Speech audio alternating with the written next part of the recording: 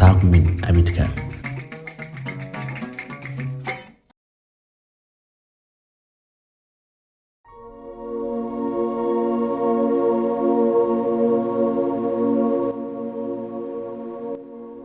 goor walba inaan ereyga habboon adiga kuu qora ayaan doonayay si aan milgaha naftaada aanan u baylihin ama aanan u ilaawin. adigu ruux quman oo faham nololeed oo xeel dheer leh ayaa aan ku arka. gaashaanti fikir ama kaaga leh oo aan jeclaan lahaa in uu haween badan ku jiro leh ayaa tahay. ma ogtahay waxaan jeclahay sida dhiiran ee aad dareenkaaga u qeexi taqaanid ee aad goor walba u dhiifoon tahay. waxaa filayaa taasi waa sababta aan u irkanayo qalinkayga si heemaalka iyo quruxda aad leedahay u dhuuxo. dhab ahaan qalinkayga uma aqaan in aan ku hagar bixi karo oo xalay waxaad gelisay dareen gobonimo oo ah waxaad dareensiisay inaan awoodo oo aan khadkayga kasoo dari karo gal xareed ah kuna soo diri karo isaga oo la moodo inuu murti iyo aqoon ka dharagsan yahay. magacaada adigu isu taqaan mid aan ahayn ayaan kugu yeedhi doonaa. waa magaca dhawaqa wacan ee muuqaalka quruxda iyo horkeena. goortaan adiga kugu yeedho ayaan doortay dhool gudacay. waa daruurta cokon ee cirkeena dul joogta xilliga kaliisha. dadku indha cabsi iyo yididilo leh ayaa ay ku eegaan. haddii ay qayoto quus iyo ayaan daro ayaa ku dhacda. haddiise ay horto qalbiyada dadka farxad iyo raynrayn ayaa ay la buuxsamaan. ladnaan iyo barwaaqo ayaa ayna ka qaadaan. ladnaan baad tilmaan u tahay, hiyigana waad kicisaa. adigu dhool baa tahay oo aragtidaada oo qura inay niyadda wanaag iyo hilow geliso oo uu qofku kugu soo hirto ayaa aan filayaa. naftaada aad baad u jeceshahay oo waxaan taas ugu maleeyay daryeel weyn baad gelisay sidii ay nolosha u fahmi lahayd. adigoo aan cidna irkanayn oo aan garab ka doonayn ayaad ka gudbisaa maayadaha culculus ay badda noloshu kugu soo dharbaaxayso. naftaada inaad taqaan waxay ku geysiinaysaa inaad xaalad go'doon ah gashid oo aad naftaada oo keli ah weheshatid inta aad madaxa iyo lugaha meel isugu geysay oo xagal yar isku ururisay, isla markaasna aad u aamusan oo codod jaadad badan maskaxdaada ka baxayaan. run ahaantii waxaad tahay qof maafayow oo guul soo hoyanaya leh. taas oo ashqaraar aan go-ayn igu reebta in aan kuu hamuumana igu abuurta. gaashaanto qurux badan ayaa tahay. dhab ahaan dahab qarsoon baa tahay. malaha gayaanku waa isku kaa diri lahaa. mase ogid ee anigu naag jidka wax magaratada ka leexatay oo heego ah baan ku arkaa. naag caada sare joogta oo han weyn leh aayahana ku fogan. ma filaysaa in yoolka noloshu yahay wax la yaqaan oo qofku aqoonsan karo? maya ayaa aan filaya oo hal xidhaalaha si fudud laguma furfuri karo. hase yeeshee waa masalo fakarka qofka hanka leh ee maanka togan iyo dareenka dhiifoon leh ka baxayn oo uu goor walba isweydiin doono isagoo oo garowsan in aan macno darro iyo dheeldheel lagu jiri karin oo ay tahay in la ogaado sida habboon ee nolosha ku hagaagsan ee aayatiinka dambe lagu naaloon doono. wadada caynkaas ah ayaad haysaa oo uu fakarkaaga oo idinku fogan yahay. dhoolay in aad tabtaas ku sugan tahay oo aad ogaatid in aad geediga nolosha dhexda kaga jirtid waxaa imaankaaga ku abuuri doontaa ama kaaga weyn oo aad u bogi doontid. haddaba muxuu yahay saluubka ku jira habfikirkaaga ee aad daalka u tirsanaysid? waxaan u kici doonaa in aan faaleeyo arrin filayo in aanan ka hadal oo ah qofka iyo sida uu naftiisa u arko. taas ma aynan dhaadin ee qofku jiritaanka oo idil isaga ayaa isu arka.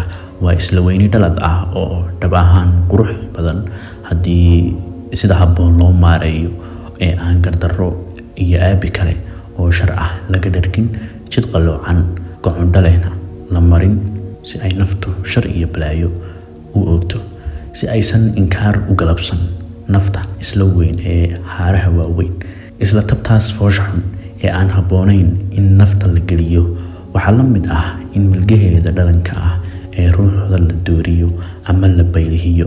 waxaan uga jeedaa in qofku qiimaha ruuxdiisa bi'iyo si uu dadka uu la joogo u raaligeliyo ama uuba u hoggaansamo oo gorodda u laalaadiyo xeerarka dadsameeyga ah ee ka agdhow. sidaasna ku burburto haybta iyo baaxaaliga quruxda badan ee sida goonida ah nafta ugu abuuran. Dhoolay, adigu waxaa tahay naftaada, ma aad tihid fakarka fidsan ee nolosha dhex yaal ee ay dadku hadba dhan u jiidayaan. Waxaa tahay qurub yar oo nolosha oo idil lagu soo ururiyey sida uu qabay suufigii weynaa ee Ibnulcarabi, heer uu nafta iyo eebbe isku mid ka dhigay. waana fakar suufi ah oo shacsan oo loo yaqaan waxdatul wujuud.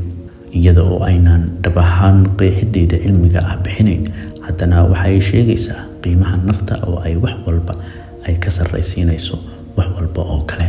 naftaadu waa jiritaanka oo idil. haddaba aan u kaco himilada kii hiraysa ee ururta dhaafsan, xidigaha yaryar ee dayaxa dugsanaya sidii in ay ilayska ka qaadanayaan. halkaas shishe ayaa uu hankaagu joogaa, waxaadna si daacadnimo leh u daawanaysaa ilayskaas la labaya ee ay naftaadu hiigsanayso. himiladu waa yoolka ugu weyn ee uu qofku u nool yahay. aragti ha lagu sheego ama fakar guul ah oo qofku qaato si uu macnaha nolosha u fahmo. waxa aan ku weydiinayaa, maxaad nolosha u nooshahay? ma isla adiga ayaa u nool si aad himilada aad leedahay u gaadhid, mise xeerar aad aqoon ayaad si go-aan la-aan ah u raacaysaa oo waa aad iska habqamaysaa?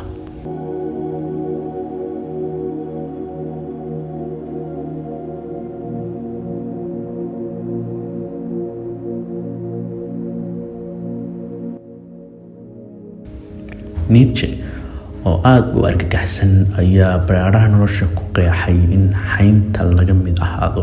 sida caadiga ah, xaynta ama bulshaweyntu waa doqomo, doqonnimaduna waa shil, waana badbaado suuxdin ah oo dareenka feejigan ee uu qofku leeyahay disha. maxaa wacay? doqonku ma fakaro, ma taliyo, ma tashado, ma halgamo, mana laha dhammaan tilmaamaha dadnimada koran ee uu aadmigu xoolaha kaga duwan yahay, oo dhammaantood ku salaysan badbaadada jiritaankiisa si uu u noolaado ama uu u hanto qaayaha nolosha. adigu naaqaayo badan oo fakarka jaadkaas ah iimaankeeda ku jiro ayaa tahay, balse si wanaagsan waxaad u tabaysaa in doqonnimadu nolosha muhiim u tahay. si suuxdinta bulshaweynta ee doqonta ahi kuu gasho, maad iyo maaweelana u heshid, iyadoo aad og tahay in ay taasi dhab ahayn. anigu waan ku hanweynahay oo fakarkaaga toosan ee aad nolosha ka haysatid waxa uu ii xasuusiyey weedhii uu dasto lahaa ee bixinaysay hordhaca caqligalka ah ee ahayd xeerarka liibaanta in la garto ayaa ka wanaagsan liibaanta qudheeda. waana ammaanta aanan dhayasha kuu siinayn ee aad mudan tahay. fakar aada u qurux badan ayaa maskaxdaada weyn ku jira oo aad ugu bogay, oo fakar qurux badan oo iskii guul u ah. saas daraaddeed ma aha in aad hagar iyo qawad dareentid. hagartu waa hagrasho. waxaad laabtaada ku haysaa dareen qaali ah oo nolol iyo aayo kuu jahayn doona. waxaad tahay qof ka fog xaynta ama bulshaweynta oo iyagu doqon ah. sidii uu Gustave Le Bon ku sheegay, waxa madadaaliya oo sidii cunug yar u sabaaliya ayaa u baahan yihiin waa dadka badankood. aduu kuwaas ma aad tihid, ma tihid sidooda qof fulay ah oo aan nolosha qaayo u badheeri karin.